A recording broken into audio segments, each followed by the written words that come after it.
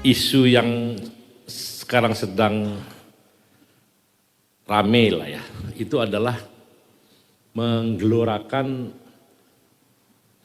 sistem ekonomi domestik yang baik gitu. Kata kerennya tuh circular domestic economy.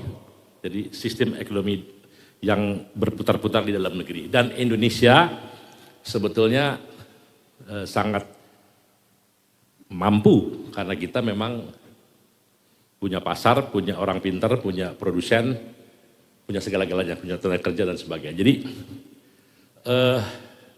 kaitannya dengan industri, Pak Bob, yang paling penting itu adalah coba Pak Menteri Tenaga Kerja kita minta jadi provokator di kabinet, ya,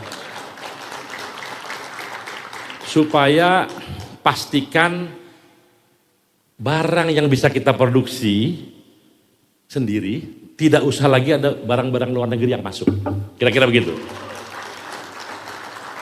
Kita dukung Pak. Kalau orang Indonesia bisa bikin baju, ya udah, baju-baju di luar negeri nggak usah masuk deh. Gitu. Indonesia bisa bikin sepatu, udah nggak usah masuk deh. Gitu. Kira-kira seperti itu. Bisa bikin spakbor, bisa bikin setir mobil, bisa bikin apa, ya udah. Kalau kita bisa bikin sendiri, haramkan yang lain masuk. Berani gitu Pak kira-kira tuh. Bagus kan? Kalau itu saja dilakukan, industri subsidi impor itu menjadi doktrin daripada ekonomi Indonesia, yang sebetulnya ini menjadi doktrinnya presiden loh. Saya kenal namanya Prabowo Subianto tuh saya kenal.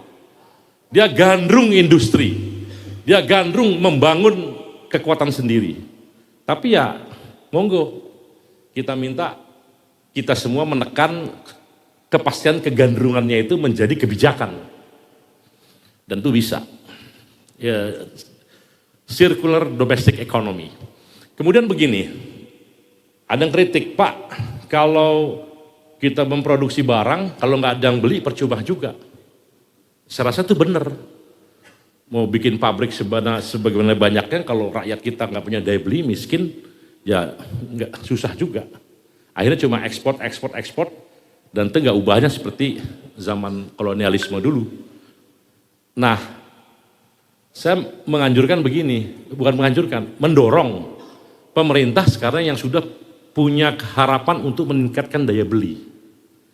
Karena daya beli itu engine of growth di semua sektor, termasuk di sektor industri. Bapak bikin motor, bikin AC, bikin baju, bikin apa, kalau tidak ada orang beli, nggak akan tumbuh itu industri. Nah karena itu, ada niat baik untuk memperkaya petani, itu harus kita dukung. Ya, memperkaya, menaikkan orang UMKM, harus kita dukung, karena itu adalah sumber daya beli. Di Jepang Pak, nah ini saya nggak mau kalah nih sama Pak Bob nih. Emangnya lo doang yang bisa soal Jepang, ya. Apa dikira Anda nggak boleh mengimpor beras ke Jepang? Boleh. Tapi kira-kira cukainya 700%. Karena dia tahan harga beras 100.000 di sana. Di Jepang tuh harga beras 100.000, 110.000, 120.000 harga beras 1 kilogram. Di kita 15.000, 16.000 kan? Ya, kita bisa harga 15.000 itu kita ekspor ke Jepang bisa, tapi cukainya 17%, sehingga harga beras kita 700%, sehingga harga beras kita di sana ya 100.000 juga. Supaya apa? Supaya petani-petani di Jepang itu tetap ya berkemampuan, berdaya beli, sehingga semua sektor industri di Jepang bisa dibeli oleh mereka juga. Nah karena itu kita dukung. Jadi gini Pak, sektor industri, petani, itu harus kerjasama gitu loh Pak. Ini jadi itu yang disebut dengan circular domestic economy.